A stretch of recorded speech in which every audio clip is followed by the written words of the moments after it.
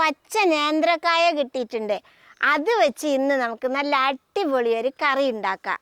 അതിനി എങ്ങനെ ഉണ്ടാക്കുകയെന്ന് കാണാം. ആദ്യം നമുക്കൊരു വലിയ നെല്ലിക്കയുടെ വലിപ്പത്തിലുള്ള പുളി നമുക്ക് വെള്ളത്തിലിട്ട് വെക്കാം. ഇത് ഇനി ഒന്ന് കുതിർന്ന് വരട്ടെട്ടോ. ഇതുപോലെ 2 പച്ച ഏത്തക്കായാണ് ഞാൻ എടുത്തിട്ടുള്ളത്. അതിൻ്റെ തോലൊക്കെ ഒന്ന് ചെത്തിയെടുക്കാം. നമുക്ക് തോല് ഇങ്ങനെ ചീന്തിയാൽ തന്നെ പോരും കേട്ടോ, നല്ല മൂത്ത കായാണെങ്കിൽ.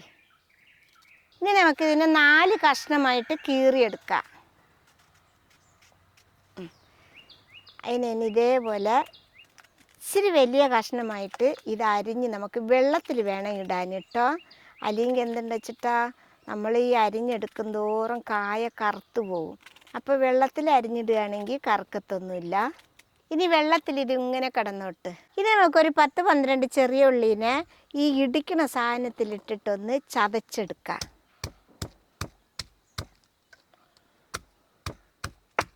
ഇതേപോലെ ചതച്ചെടുക്കാം.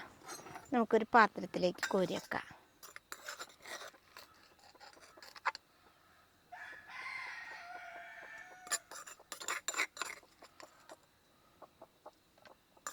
ഇനി ആ കല്ലിൽ വെച്ച് തന്നെ കുറച്ച് ഇഞ്ചിയും വെളുത്തുള്ളിയും കൂടി ചതച്ചെടുക്കാം.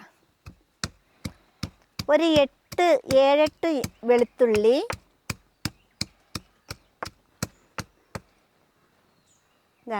ഒരു ചെറിയ കഷ്ണം ഇഞ്ചി, അതും കൂടി ചതയ്ക്കാം. വെളുത്തുള്ളി ഇഞ്ചി ഇതേപോലെ നന്നായിട്ട് ചതച്ചിട്ടുണ്ട്. ഇനി നമുക്ക് കറി ഉണ്ടാക്കാൻ തുടങ്ങാം. അതിന് വേണ്ടി ഞാനൊരു മൺചട്ടിയാണ് അടുപ്പത്ത് വെക്കുന്നത്. നമ്മുടെ ചട്ടി ഒന്ന് ചൂടായി വന്നിട്ടുണ്ട്. ഈ സമയത്ത് 2 ടേബിൾ സ്പൂണ് വെളിച്ചെണ്ണ ഒഴിച്ചു കൊടുക്കാം. മൺചട്ടി ആയതുകൊണ്ട് പെട്ടെന്ന് ചൂടായി വന്നോളൂ കേട്ടോ വെളിച്ചെണ്ണയൊക്കെ. ഇപ്പം നമ്മുടെ എണ്ണ ചൂടായി വന്നിട്ടുണ്ട്. നമ്മൾ ചതച്ച് വെച്ച ചെറിയ ഉള്ളി ഇതിലേക്ക് ഇട്ട് കൊടുക്കാം. ഇതൊന്ന് വാടി വരട്ടെ. ഇപ്പം നമ്മുടെ ഉള്ളി ചെറുതായിട്ടൊന്ന് വഴണ്ട് വന്നിട്ടുണ്ട്. ഈ സമയത്ത് നമുക്ക് ചതച്ച് വെച്ച ഇഞ്ചിയും വെളുത്തുള്ളിയും ഇട്ട് കൊടുക്കാം. നമ്മൾ ഇഞ്ചിയുടെയും വെളുത്തുള്ളിയുടെയും പച്ചമണമൊക്കെ ഒന്ന് മാറി വരട്ടെ. ഇപ്പം നമ്മുടെ ഉള്ളിയൊക്കെ കളറൊക്കെ മാറി ഇഞ്ചിയുടെയും വെളുത്തുള്ളിയുടെ പച്ചമണമൊക്കെ മാറി വന്നിട്ടുണ്ട്. ഈ സമയത്ത് ഇനി നമുക്ക് നമ്മൾ അരിഞ്ഞു വെച്ച പച്ചക്കായ ഇതിലേക്ക് ഇട്ട് കൊടുക്കാം.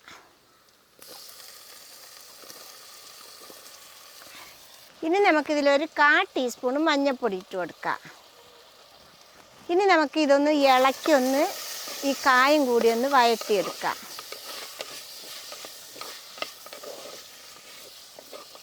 ഇപ്പം നമ്മുടെ പച്ചക്കായും നമ്മുടെ ഉള്ളിയും ഒക്കെ ഒന്ന് മിക്സായി വന്നിട്ടുണ്ട്. ഇനി നമുക്കിത് വേകാനുള്ള വെള്ളം ഒഴിച്ചു കൊടുക്കാം.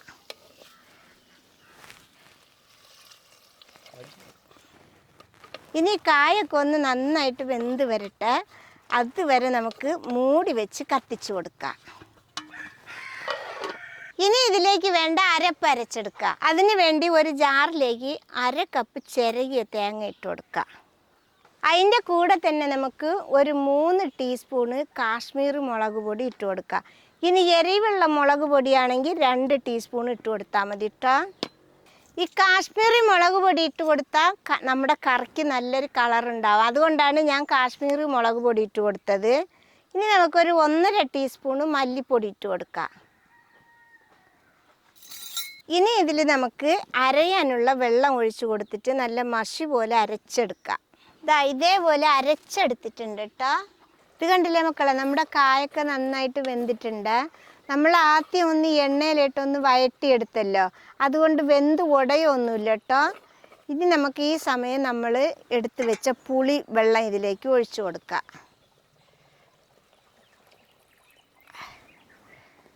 ഇനി ഒന്ന് തിളച്ച് വരട്ടെ, ഒന്ന് ഇളക്കി. ഈ കറി നമുക്ക് സിമ്പിളായിട്ട് ഉണ്ടാക്കാൻ പറ്റുന്നതാണ് കേട്ടോ മക്കളെ. ഒരു പച്ചക്കായ ഉണ്ടെങ്കിൽ നല്ല സിമ്പിളായിട്ട് കറി ഉണ്ടാക്കാൻ ഇത് എല്ലാവർക്കും ഇഷ്ടപ്പെടും. നേന്ത്രക്കായ ഇഷ്ടപ്പെടാത്തവരാരും ഉണ്ടാവില്ലല്ലോ. നമുക്ക് മൂടി വെച്ച് ഒന്നുകൂടി ഒന്ന് തിളച്ച് വരട്ടെ. അങ്ങനെ നമ്മുടെ പുളി ഒഴിച്ചിട്ട് നന്നായിട്ട് നമ്മുടെ കായ ഒന്ന് തിളച്ച് വന്നിട്ടുണ്ട്. ഇനി നമുക്ക് ഈ സമയത്ത് നമ്മൾ അരച്ച് കൊണ്ടുവന്ന അരപ്പ് ഇതിലേക്ക് ഒഴിച്ചു കൊടുക്കാം. അതിൻ്റെ കൂടെ തന്നെ നമുക്കൊരു 1/2 കപ്പ് വെള്ളം ജാറ് കഴുകിയിട്ടും കൂടി ഒഴിച്ചു കൊടുക്കാം. ഇനി നമുക്കിതിന് പാകത്തിനുള്ള ഉപ്പിട്ട് കൊടുക്കാം. ഉപ്പിട്ട് കൊടുക്കുമ്പോൾ പുളി ഒഴിച്ചതിന് ശേഷം ഉപ്പിട്ട് കൊടുക്കുന്നതാണ് നല്ലത്. അതാണ് ഞാൻ ഇപ്പം ഇട്ട് കൊടുക്കുന്നത്. ഇനി നമുക്കിതൊന്ന് നന്നായിട്ട് ഇളക്കി ഒന്ന് മിക്സാക്കി എടുക്കാം. ഉപ്പും നമ്മൾ മസാലയൊക്കെ ഒന്ന് മിക്സായി വരട്ടെ.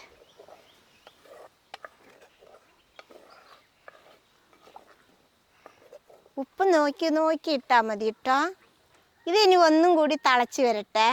ഇത് കണ്ടില്ലേ മക്കളെ, ഇതേപോലെ ഒന്ന് ചെറുതായിട്ട് തിളച്ച് വന്നിട്ടുണ്ട്. ഈ സമയത്ത് നമുക്ക് ഒരു തക്കാളി നീളത്തിൽ ഞാൻ അരിഞ്ഞിട്ടുണ്ട്, അതിട്ട് കൊടുക്കാം. ഇനി ഇതിലേക്ക് 2 പച്ചമുളകും കൂടി ഇട്ട് കൊടുക്കാം. ഇനി നമുക്ക് ഇതൊന്ന് ഒന്നുകൂടി തിളച്ച് തക്കാളി ഒന്ന് വെന്ത് വരട്ടെ. അത് മൂടി വെച്ച് കൊടുക്കാം. ഇപ്പം നമ്മുടെ കറിയുടെ തക്കാളിയും പച്ചമുളകൊക്കെ വെന്ത് നന്നായിട്ട് തിളച്ച് വരുന്നുണ്ട്. ഇത് കണ്ടില്ലേ? അപ്പോൾ എല്ലാം നമുക്കൊന്ന് ഇളക്കി മിക്സാക്കി കൊടുക്കാം. തക്കാളിയൊക്കെ കണ്ടില്ലേ വെന്തിക്കണത്? അപ്പോൾ ഇത് ഒരു എരിവും പുളിയൊക്കെ വേണം, അപ്പോഴാണ് ഈ കറി നല്ല ടേസ്റ്റ് ഉണ്ടാവുക കേട്ടോ. ഇനി നമുക്കിത് ഇറക്കി വെക്കാം. ഇത് ഇനി ഒന്ന് താളിച്ചെടുക്കണം നമുക്ക്. അതിന് വേണ്ടി ഞാനൊരു ചെറിയ ചട്ടി അടുപ്പത്ത് വെക്കുകയാണ്. ചട്ടി ഒന്ന് ചൂടായി വരട്ടെ. ചട്ടി ചൂടായി വരുമ്പോൾ നമുക്ക് 1 ടേബിൾ സ്പൂൺ വെളിച്ചെണ്ണ ഒഴിച്ച് കൊടുക്കാം. ദാ എണ്ണ ചൂടായി വന്നിട്ടുണ്ട്. ഈ സമയത്ത് നമുക്ക് 1/2 ടീസ്പൂൺ കടുക് ഇട്ട് കൊടുക്കാം. നമ്മുടെ കടുക് പൊട്ടുമ്പോഴത്തേക്ക് 2 വറ്റൽമുളക് മുറിച്ചത് ഇട്ട് കൊടുക്കാം. ഇനി ഒന്ന് ഇളക്കാം. ഇപ്പോൾ കടുകൊക്കെ പൊട്ടി മുളകൊക്കെ മുരിഞ്ഞ് വന്നിട്ടുണ്ട്. ഈ സമയത്ത് ഒരു 4-5 ചെറിയ ഉള്ളി അരിഞ്ഞത് ഇട്ട് കൊടുക്കാം. അതിൻ്റെ കൂടെ തന്നെ നമുക്ക് 1 തണ്ട് കരിവേപ്പിലയും കൂടി ഇട്ട് കൊടുക്കാം.